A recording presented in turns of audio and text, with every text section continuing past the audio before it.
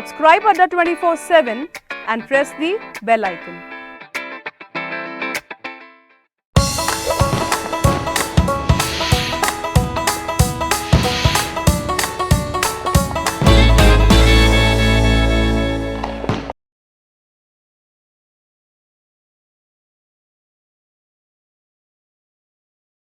दिवाली है खुशियों का त्योहार और आप सबके जीवन में आए ढेर सारी खुशियां हम ऐसी कामना करते हैं। अड्डा 24/7 के पूरे परिवार की तरफ से आप सबको हैप्पी दिवाली।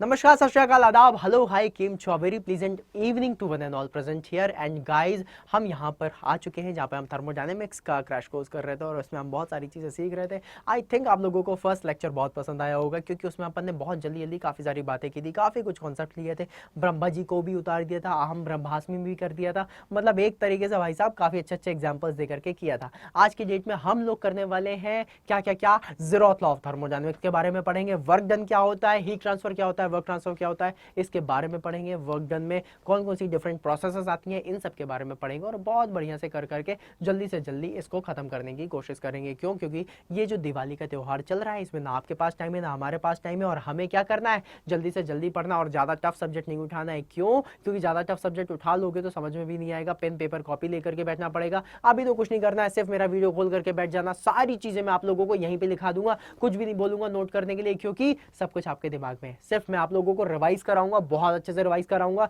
कुछ नई चीजें होंगी जो दिमाग में नहीं है तो वो चढ़ जाएंगी, लिखने की जरूरत नहीं पड़ेगी। दिवाली में ऐसा कुछ नहीं करना है। और ज्यादा कुछ लगे कि सर वीडियो देखने में दिक्कत हो रही है, मतलब देखने में क्या, हमें काम भी करना है, तो वीडियो खोल के ही चालू हो जाना, बस सिर्फ कानों में आवाज जाएगी ना, तब भी आप लोगों को बहुत कुछ समझ में आ जाएगा मेरे भाई, बहुत कुछ समझ में आ जाएगा। मैं इसी तरीके से आप लोगों को पढ़ाऊंगा जिस तरीके से आप लोगों को सब कुछ समझ में आए और फटाफट से समझ में आए। आई होप हो सकता है मेरी स्पीड आप लोगों को थोड़ा ज्यादा लगे, लेकिन मैं आप लोगों को यही बताने की कोशिश कर रहा हूँ कि मेरे पास भी टाइम नहीं है। मुझे 1 घंटे की चीज आधे घंटे में कंप्लीट करके आप लोगों को देनी है। दिवाली की छुट्टियां आ रही हैं और उसमें आप लोगों के पास इतना टाइम नहीं कि आप 1 घंटे तक बैठे रहो, इसलिए फटाफट से अपन क्या करेंगे, आधे घंटे में ही चीजें कंप्लीट करने की कोशिश करेंगे। एंड आई होप आप लोगों को समझ में आ रहा होगा। और अगर समझ में आ रहा है तो एक बार वीडियो को लाइक शेयर सब्सक्राइब जरूर करना। तो चलिए दोस्तों, अपन चलते हैं अपने नेक्स्ट लेक्चर में और उसमें अब मैं बात करूंगा टेम्परेचर एनालिसिस की।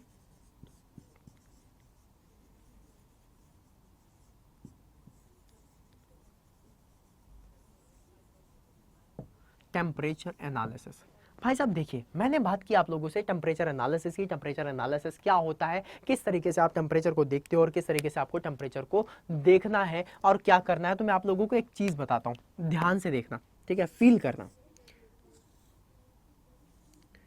ये आप लोगों का पतीला है जिसमें आप क्या कर रहे हो, हीट दे रहे हो, यहाँ से गैस जला दिया और इसमें बढ़िया मस्त तरीके से दूध गर्म हो रहा है। अब दूध उफान मारने की कोशिश कर रहा है, ठीक है।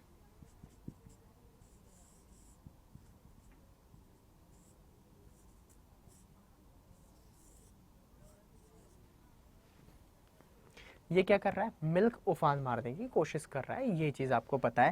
यहाँ पे आप लोगों की नॉब भी लगी हुई है, ऐसी तो नॉब होती है ना, फुल में चल रही है, देख रहे हो भाई साहब, फुल में चल रही है, दूध उबाल मारने की कोशिश कर रहा है। तो आप एक बात बताओ, क्या आप दूध को हीट दे रहे हो कि टेम्परेचर दे रहे हो?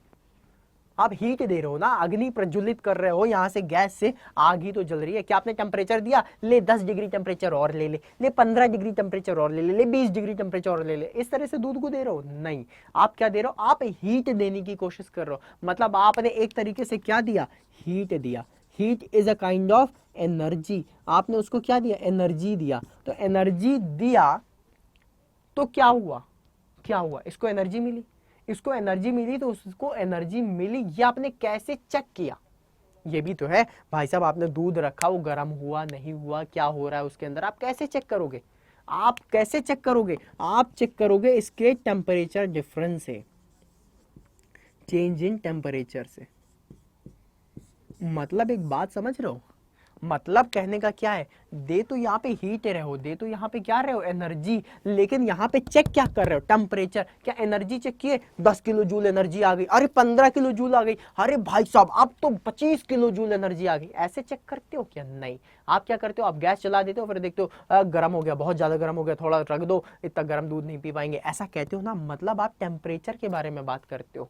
मतलब कहीं ना कहीं आपको ये फील नहीं आता कि आप दे तो हीट रहे हो लेकिन वहां से ले रहे हो टेम्परेचर। ऐसा कैसे हो सकता है भाई साहब? आप एक फील करो, खुद ही फील करो, दे तो यहां से हीट रहे हो लेकिन रिजल्ट किस में दे रहे हो, टेम्परेचर में। भाई साहब गजब की चीज कर रहे हो यार। ऐसा क्यों कर रहे हो? क्यों? क्योंकि जो टेम्परेचर है ना, it is associated with the heat.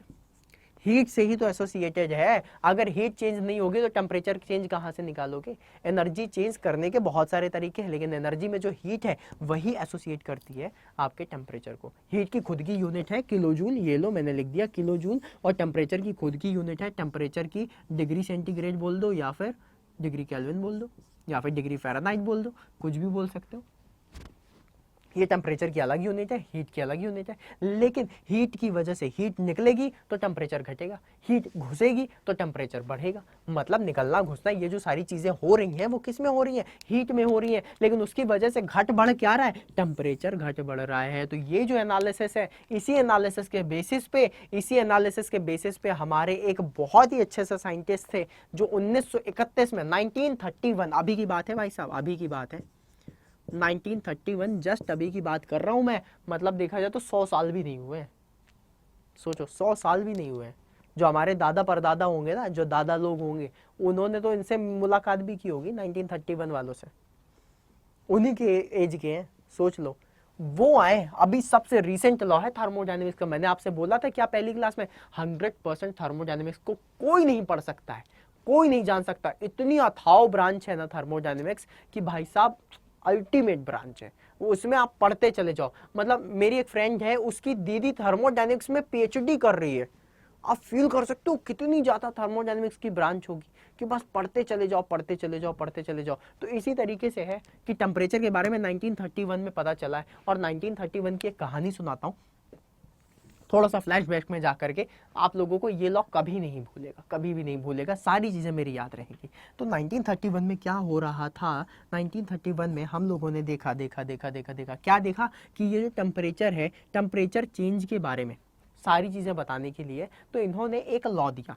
वो लॉ क्या था वो भी आप लोगों को बता देता हूँ। एक लॉ था कि एक बॉडी ए है, एक बॉडी बी है और एक बॉडी सी है। ठीक है, वो कह रहा है कि अगर बॉडी ए और बॉडी बी आपस में थर्मल इक्विलिब्रियम में है, मतलब दोनों का टेम्परेचर सेम है, मतलब अगर ये 100 डिग्री सेंटीग्रेड का है तो ये भी 100 डिग्री सेंटीग्रेड का, मतलब थर्मल इक्विलिब्रियम में है। ये बात समझ लो, दोनों थर्मल इक्विलिब्रियम में। और अगर बॉडी बी और बॉडी सी भी थर्मल इक्विलिब्रियम में है, मतलब ये भी 100 डिग्री सेंटीग्रेड हो जाएगा और ये भी 100 डिग्री सेंटीग्रेड हो जाएगा। तो कहने का मतलब ये है कि अगर बॉडी ए बॉडी सी से 100 डिग्री मतलब थर्मल इक्विलिब्रियम में हो और बॉडी बी बॉडी सी से थर्मल इक्विलिब्रियम में हो, और बॉडी ए बॉडी बी कभी जिंदगी में आपस में किसी से मिले ना हो, आपस में कभी जिंदगी में ना मिले हो, तब भी हम डंके की चोट में बोल सकते हैं कि ए और बी दोनों थर्मल इक्विलिब्रियम में होंगे। बहुत छोटा सा है, इतना बड़ा कोई लॉ नहीं है, लेकिन बहुत बड़ी बात बोल के चले गए भाई साहब, बहुत बड़ी बात बोल के चले गए। कहने का मतलब यह है कि बॉडी ए सी के साथ थर्मल इक्विलिब्रियम में, बॉडी बी सी के साथ, तो ए बी आपस में मिले ना मिले ऐसी तैसी में जाए, हमें पता है ए और बी दोनों 100 डिग्री सेंटीग्रेड पर होंगे, मतलब दोनों थर्मल इक्विलिब्रियम में होंगे, अपने आप थर्मल इक्विलिब्रियम में हो जाएंगे। ऐसा देख रहे हो ये वाली बात। अब देखो ये वाली बात जब आई थी तो इसको एक लॉ बनाया गया, और उस लॉ को बनाया गया ज़ेरोथ लॉ ऑफ थर्मोडायनेमिक्स। इसी लॉ को क्या बोलते हैं? Zeroth law of thermodynamics.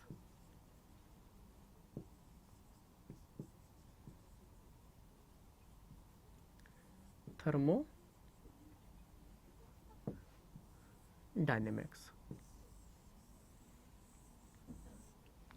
ठीक है, इसको क्या बोलते हैं? Zeroth law of thermodynamics. अब देखो समझो जो मैं कहना चाह रहा हूँ। कहना मैं ये चाह रहा हूँ कि 1931 में ज़ेरोथ लॉ ऑफ थर्मोडायनेमिक्स आया। इसके जो इन्वेंटर थे उनका नाम क्या था? ज़ेरोथ? नहीं, उनका नाम ज़ेरोथ नहीं था। उनका नाम क्या था? उनका नाम था फाउलर। फाउलर साहब लेकर के आए थे किसमें? 1931 में। फिर इनके नाम से ज़ेरोथ लॉ क्यों नहीं, फाउलर लॉ ऑफ थर्मोडायनेमिक्स क्यों नहीं बना? रीजन सुनो। पहली बात तो थर्मोडायनेमिक्स फर्स्ट सेकंड थर्ड पे चल रहा था, ठीक है। तो अब क्या है, फर्स्ट लॉ सेकंड लॉ आ चुका था, थर्ड लॉ भी आ चुका था। अब बात ये थी कि भाई साहब अब इतने सारे लॉ तो आ गए, इतने सारे लॉ आ गए, अब आप क्या करोगे? अब आपने सब जगह पब्लिश कर दिया, सब कुछ बता दिया कि भाई साहब ये फर्स्ट लॉ है, सेकंड लॉ है, थर्ड लॉ है, ये केल्विन प्लैंक स्टेटमेंट है, ये क्लॉसियस स्टेटमेंट है। अब उनके पास, साइंटिस्टों के पास एक उपाय था कि या तो सारे लॉ को एक एक ऑल्टर कर दो, कि फर्स्ट लॉ को सेकंड लॉ बना दो, सेकंड लॉ को थर्ड लॉ बना दो, थर्ड लॉ को फोर्थ लॉ बना दो।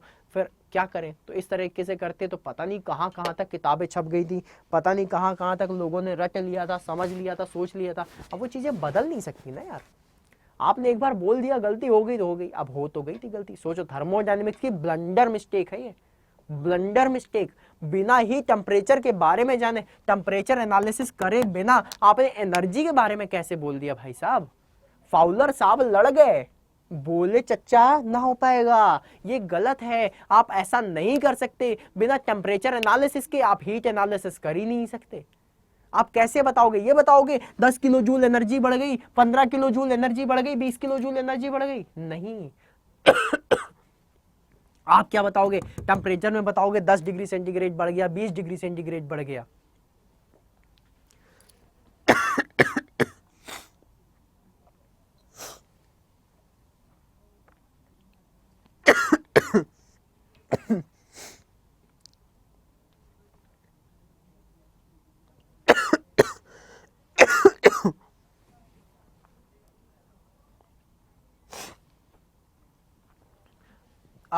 टेम्परेचर के बारे में बताओगे कि 10 डिग्री सेंटीग्रेड बढ़ गया, 20 डिग्री सेंटीग्रेड बढ़ गया।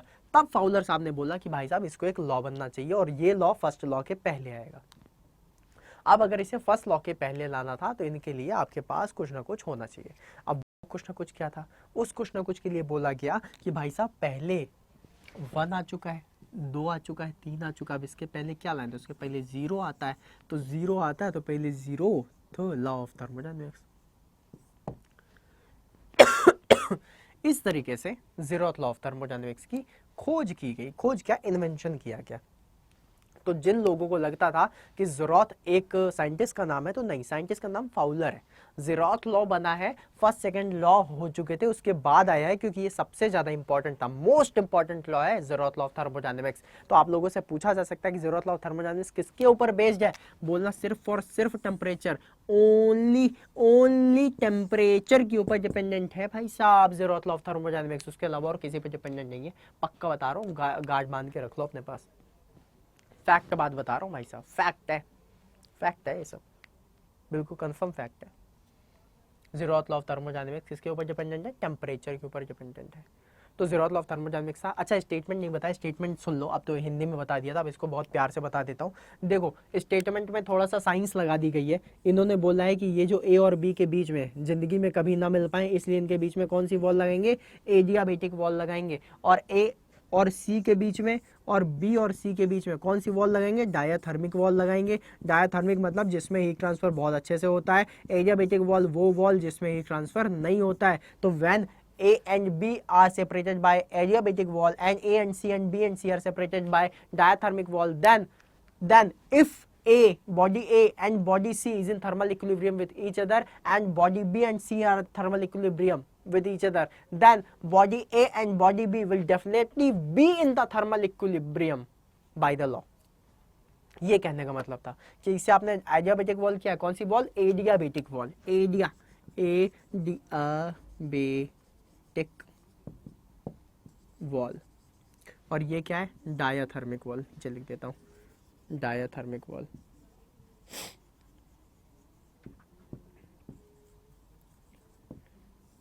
डायाथर्मिक वॉल, ठीक है।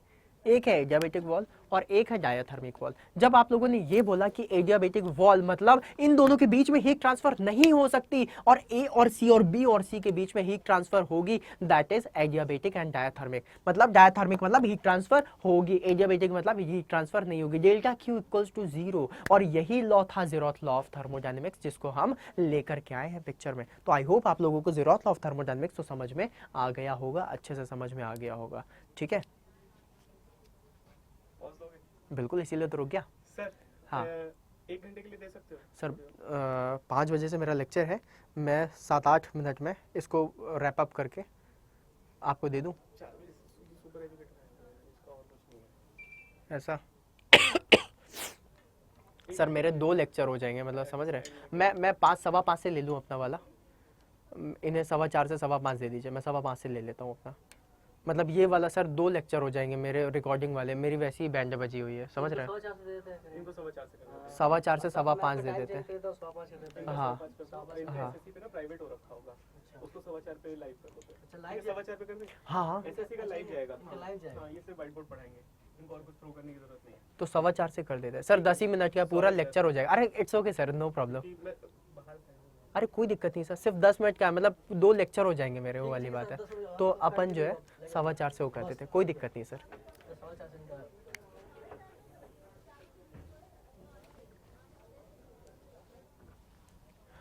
हाँ जी, तो अब बात कर लेते हैं हम इसमें किसकी बात करेंगे। थर्मोडायनेमिक्स में टेम्परेचर एनालिसिस हो गई, अब आ जाते हैं थोड़ा सा हीट एनालिसिस में, थोड़ा सा वर्क एनालिसिस में। ठीक है, तो अब हेडिंग डाल low heat and work analysis.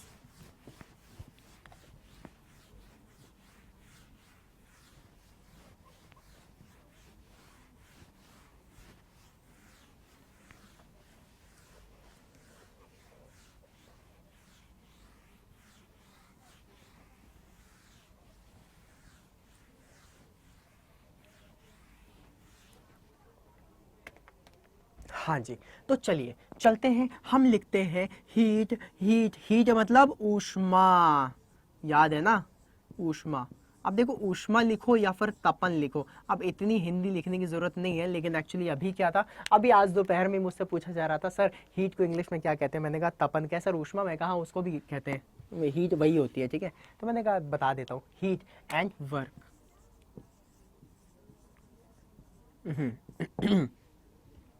समझो, हीट एंड वर्क के बारे में लिखा है, तो मैं आप लोगों को एक चीज बताता हूँ, फील करना। मैंने क्या किया, वर्क कहने का मतलब क्या है वो समझाता हूँ, हीट का कहने का मतलब क्या है वो समझाता हूँ। ठीक है, मैंने क्या किया, मेरे पास एक ब्लॉक था। ठीक है, एक ब्लॉक था जिसका वेट था mg और उसको मुझे खिसकाना था x डिस्टेंस तक। कितने डिस्टेंस तक? x डिस्टेंस तक। ठीक है, तो मैंने एक फोर्स लगाया और फोर्स से उसे x डिस्टेंस तक खिसका दिया। अगर मैंने उसे फोर्स से x डिस्टेंस तक खिसका दिया तो जो मेरा वर्क डन था वो क्या हो गया, F इंटू डी। समझ रहे हो? समझ रहे हो? मतलब कहने का मतलब ये था कि फोर्स इंटू डिस्प्लेसमेंट की अगर मैं बात करूं तो वो कहीं ना कहीं वर्क पे आएगा। ये चीज आप दिमाग में रखना, मतलब वर्क कहने का मतलब ये था। अब मेरे भाई मैं आप लोगों को एक बात ये बोल दूं कि मैं सुबह सुबह गया और मैंने बोला चल बेटा ऐसा कर कि ये जो सामने वाली दीवार है, तेरे पास पूरा दिन है, पूरा दिन है, पूरी रात है, तुम्हें क्या करना है, ये जो सामने वाली दीवार तुम्हें दिखाई दे रही है उसको धक्का देना है और उसको आधा मीटर खिसकाना है। अब बताओ क्या ये कर सकते हो? तुमने बोला हाँ सर मैं बाहुबली हूँ, मैं तो कर लूंगा, मैंने तो दिन भर इसको धक्का देना है, आधा मीटर नहीं तो कम से कम 2 इंच तो खिसका ही लूंगा। मैंने कहा ठीक है करके देख लेना। मैं गया बढ़िया आराम से लेक्चर लिए, ऑफिस गया, प्रॉपर आराम से तैयार होकर के सारी चीजें की। आप दिन भर लगे रहे, खूब एनर्जी वेस्ट की, सारी चीजें की, आप लोगों ने काफी ज्यादा एनर्जी वेस्ट की, इवन आप लोगों ने अपनी पूरी एनर्जी वेस्ट कर दी, लेकिन क्या वो दीवार खिसकी? नहीं खिसकी। अगर वो दीवार नहीं खिसकी, अगर डिस्प्लेसमेंट की वैल्यू 0 हुई ना, तो मुझे एक चीज बोलने में जरा भी संकोच नहीं लगेगा कि सर सॉरी आपने वर्क डन नहीं किया, नो वर्क हैज डन। मतलब कहने का क्या है, मतलब कहने का सिर्फ एक ही है कि अगर आप लोगों ने डिस्प्लेसमेंट की वैल्यू 0 कर दी तो आप लोगों ने कोई काम नहीं किया। ना ना ना, हाँ एनर्जी पूरी वेस्ट हो गई, मैं मानता हूं, मेरी आप लोगों के साथ पूरी सहानुभूति है भाई साहब, सिंपैथी है, पूरा सब कुछ है कि आपकी एनर्जी वेस्ट हो गई, लेकिन आप लोगों ने वर्क नहीं किया ना। ना, वर्क की डेफिनेशन ही साइंस ये कहती है कि आप लोगों को कोई भी एक ऑब्जेक्ट होगा, कोई भी एक सामान है, कोई भी एक चीज है, कुछ भी है, उसको डिस्प्लेस होना जरूरी है। अगर वो डिस्प्लेस नहीं हुआ तो वर्क नहीं कहलाएगा, दिमाग में रख लो। मतलब अगर मैंने कहा कि अगर कोई भी एक पिस्टन सिलेंडर अरेंजमेंट है और उसमें जो प्रोसेस हुई है वो कांस्टेंट वॉल्यूम में हुई है, मतलब वॉल्यूम चेंज नहीं हो रहा है, डेल्टा वी की वैल्यू 0 है, तो वहां पे क्या वर्क डन होगा? कभी धोखे से कह मत देना वर्क डन होगा, माता रानी पाप लगा देगी। वर्क डन वहां पे क्या होगा? 0 होगा। वर्क डन की वैल्यू वहां पे 0 हो जाएगी मेरे भाई, याद रखना। अब ये जो वर्क डन है कहीं ना कहीं आपको समझ में आया, कोई ना कोई एक काम, किसी भी एक प्रोसेस को करने के लिए, किसी भी एक प्रोसेस को एग्जीक्यूट करने के लिए आप जितनी एनर्जी लगा रहे हो, आप जितना फोर्स लगा रहे हो, आप जितने डिस्टेंस तक का काम कर रहे हो, दैट इज वर्क। ठीक है, अब वर्क को आप इस तरीके से नहीं कह सकते the sole effect of rising a 1 kg of weight to 1 metre. ये सब किताबी डेफिनेशन है जो आप लोगों को पता है, और वो किताबी डेफिनेशन किसी भी एग्जाम में नहीं आती एक्सेप्ट इंजीनियरिंग के। ठीक है, मतलब इंजीनियरिंग का जो आप ग्रेजुएशन कर रहे हो उसके अलावा कहीं नहीं पूछा जाता, तो आपसे वो नहीं पूछा जाएगा। लेकिन आपको ये पता होना चाहिए वर्क क्या है। आपसे ये जरूर पूछा जा सकता है कांस्टेंट वॉल्यूम प्रोसेस, और ऐसे नहीं बोलेगा कांस्टेंट वॉल्यूम, बोलेगा the work done in isochoric process is, आप बोलोगे पीडीवी, या फिर बोलोगे हाँ P इंटू डेल्टा वी। भाई साहब P into delta we is the work done, लेकिन डेल्टा वी की वैल्यू यहाँ पे 0 है, तो वर्क डन क्या हुआ? 0 हुआ ना मेरे भाई। तो इसी तरीके से तो निकालना है। और रही बात हीट की, हीट कैसे आती है? Heat is energy. जब आप वर्क करते हो तो हीट अपने आप पैदा होती है। मैं अपने हाथों को रब कर रहा हूं, रब करूंगा तो क्या होगा? मेरे हाथों की गदेलियां गर्म हो रही हैं, मतलब मैं हीट जनरेट कर रहा हूं। Heat is a kind of energy. कहां से आई है? कहां से आई है? वर्क प्रोड्यूस करने से आई है। और आप लोगों ने तो एक चीज पढ़ी होगी, energy can neither be created nor be destroyed, it can only be transferred from one form to another form. मतलब मैंने क्या किया? मैंने अपने वर्क को, अपनी एनर्जी को हीट में कन्वर्ट कर दिया। ये बात समझ में आ रही है? ये बात फील कर पा रहे हो कि मैंने किस तरीके से हीट को, मतलब वर्क को हीट में कन्वर्ट किया है? अब आपको एक चीज और बता देता हूं, जरूरी नहीं है कि सिर्फ आप वर्क करके ही आप हीट कन्वर्ट कर सकते हो। आप कोई भी रिएक्शन करके कर सकते हो। केमिकल रिएक्शन से भी हीट पैदा हो सकती है, कहीं से भी हो सकती है। भाई साहब सूरज को देखा है, क्या करता है? हीट ही तो प्रोड्यूस कर रहा है। किससे कर रहा है? न्यूक्लियर फ्यूजन से कर रहा है। तो वो जो प्रोसेस है केमिकल प्रोसेस है, केमिकल रिएक्शन हो रही है, उसकी वजह से हो रहा है। तो जब ऐसी प्रोसेसेस होती है तब भी हीट वो होती है, और heat is a kind of energy. अच्छा, एनर्जी में अगर आप लोगों से बोले कि हीट कौन सी एनर्जी है, हमेशा याद रखना low grade energy, high grade मत बोल देना, माता रानी पाप लगा देगी। क्या बोलोगे? It is a low grade energy, low grade energy. अब देखो, इसे मैंने लो ग्रेड एनर्जी क्यों बोला है ये चीज आपको समझाता हूं। और वर्क को, अब जब ये लो ग्रेड है तो वर्क तो हाई ग्रेड होना मांगती है ना। हाँ, तो भाई साहब हाई ग्रेड एनर्जी कौन सी है? ये है high grade energy. High grade energy जल्दी जल्दी समझ लो भाई साहब, मेरे पास भी टाइम नहीं है, आपके पास भी टाइम नहीं है। दिवाली आ रही, साफ सफाई बहुत सारी करनी है हम लोगों को, ठीक है? तो यही है, थर्मोडायनेमिक्स भी साफ कर देते हैं फटाफट से। तो देखो, अब मैंने बोला कि हाई ग्रेड एनर्जी है और लो ग्रेड एनर्जी। जब भी आप कभी, मैंने क्या बताया था कि मान लो आपने अपना दूध गर्म किया, घर में गए, बढ़िया सा पतीला लिया और पतीले में आप दूध गर्म कर रहे हो, ठीक है? देखो, आपने गर्म करने के लिए हीट जनरेट की और यहाँ पे प्रॉपर अच्छे से दूध गर्म हो रहा है, ठीक है? ये लो, आपने फुल में लगा दिया भाई साहब, नॉब आपकी फुल में जल रही है और यहाँ पे दूध गर्म हो रहा है। अब देखो, जब ये दूध गर्म हो रहा है तो आपने क्या कहा? हीट जा रही है। तो एक बात बताओ, ध्यान से बताना, जब हीट जा रही है तो क्या हीट यहाँ से बाहर नहीं निकल रही होगी? क्या सारी की सारी हीट आपकी दूध गर्म करने में ही गई? क्या सारी हीट आपकी दूध गर्म करने में गई? नहीं, सारी नहीं गई भाई साहब, कुछ तो गई, बाकी तो सराउंडिंग में चली गई ना, बाकी सराउंडिंग में चली गई। क्या बाकी चीज भी आप रोक सके? नहीं रोक सके, ना ना ना ना, नहीं रोक सके। आप रोक ही नहीं सकते यार, ब्रह्मा जी आ जाएंगे ना तो भी ना रोक पाएंगे, ठीक है? अब आप उसको सिस्टम को ही इनक्लोज करके कर दो तो बात अलग है, बाकी मैं आप लोगों को बता रहा हूँ कि आपको क्या करना है। आप हीट को रोक ही नहीं सकते थे। अब हीट को रोक नहीं सकते थे तो मतलब आपने कितना, 100 किलो जूल हीट अगर प्रोड्यूस की होगी ना, तो आपने यूज कितने का किया? 70 का ही, 30 तोड़ गई, वो अनअवेलेबल एनर्जी में चली गई। तो अवेलेबल एनर्जी का भी कॉन्सेप्ट कहां से आता है? हीट से आता है। तो अब देखो, जब आप लोग बात करते हो हीट की, तो हीट में आप अपनी पूरी की पूरी एनर्जी कन्वर्ट नहीं कर सकते वर्क में। मतलब मैंने इस तरीके से हाथ को घिसा, तो जब मैं हाथ को घिस रहा था तो मैंने अपना 100% वर्क को 100% हीट में कन्वर्ट कर दिया। लेकिन क्या है, जो हीट थी वो तो सराउंडिंग में चली गई ना। अब मैं उस सराउंडिंग से निकाल के जितना मैंने हीट प्रोड्यूस किया है, क्या मैं उतना वर्क कर सकता हूँ? नहीं कर सकता। तो मतलब 100% वर्क, 100% वर्क तो हीट में कन्वर्ट हो सकता है। 100% वर्क तो हीट में कन्वर्ट हो सकता है, लेकिन 100% हीट, 100% हीट अगर ब्रह्मा जी भी आ जाएंगे ना तो भी वर्क में कन्वर्ट नहीं करा पाएंगे। ये कंफर्म है, ये बिल्कुल कंफर्म है। गठान बांध के रख लो अपने दिमाग में, घोट करके पी लो कि भाई साहब 100% वर्क हीट में नहीं हो सकता। हाँ, net heat transfer equals to net work transfer, that is the first law of thermodynamics, I know that.